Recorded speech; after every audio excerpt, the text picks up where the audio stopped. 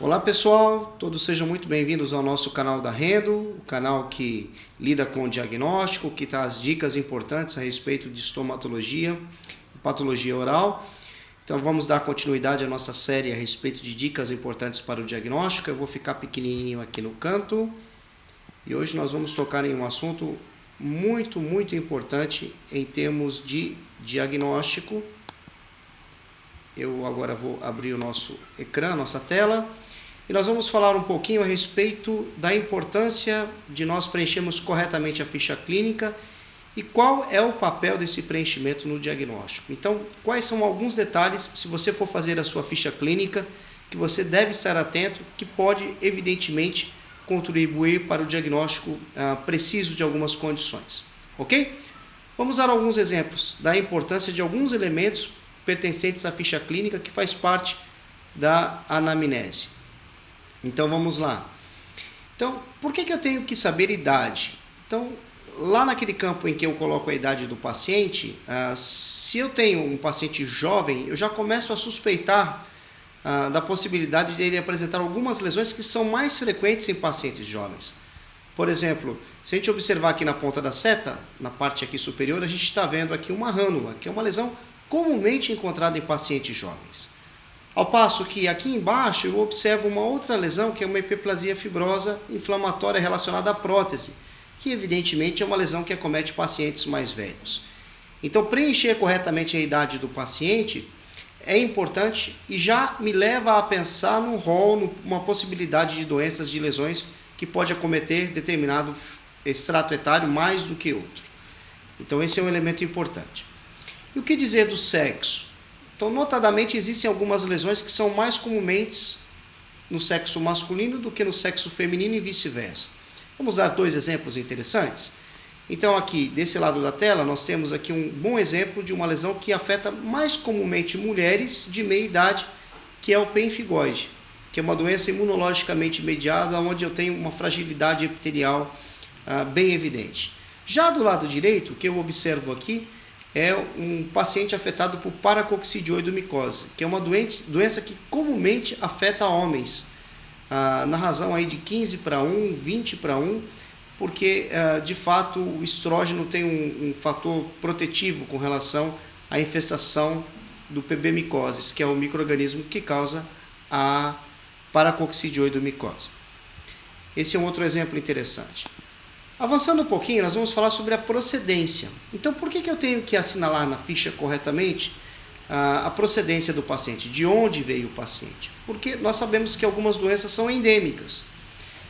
Quer dois exemplos interessantes? Então, aqui do lado esquerdo, nós estamos observando o palato de um paciente afetado por leishmania.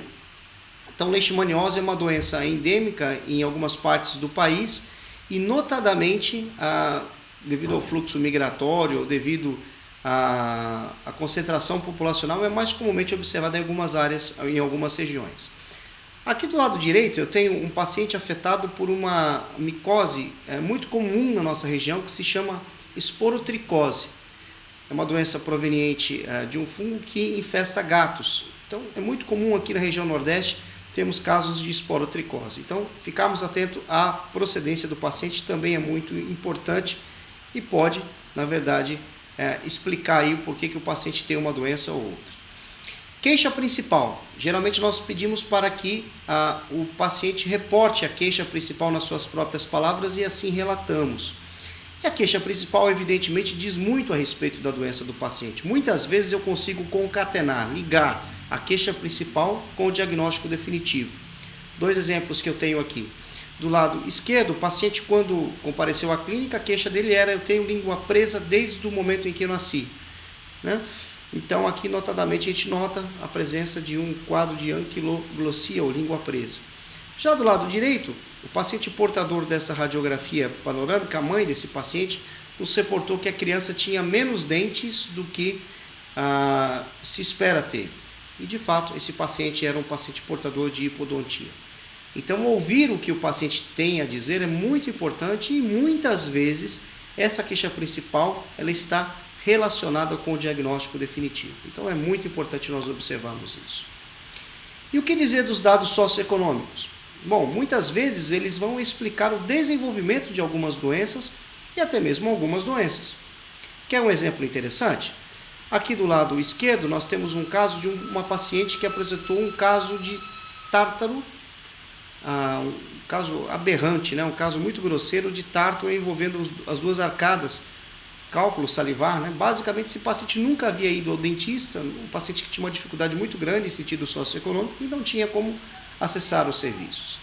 Aqui do lado direito nós observamos uma lesão que acometia a região mandibular de um paciente que também tinha uma condição socioeconômica muito ruim, e aqui a gente nota uma lesão hiperplásica e no centro da lesão a gente nota aqui uma larva. Então esse paciente apresentava miíase, uma doença significativamente ou importantemente relacionada com uma condição socioeconômica ruim. A história da doença atual, sem dúvida, é muito importante, que é um detalhamento da queixa principal. Então o paciente ele vem com uma queixa e vem com uma história por trás dessa queixa. Então é muito importante detalhar com aquelas perguntas: por quê, como, quando, onde, para que nós entendamos o quadro da doença.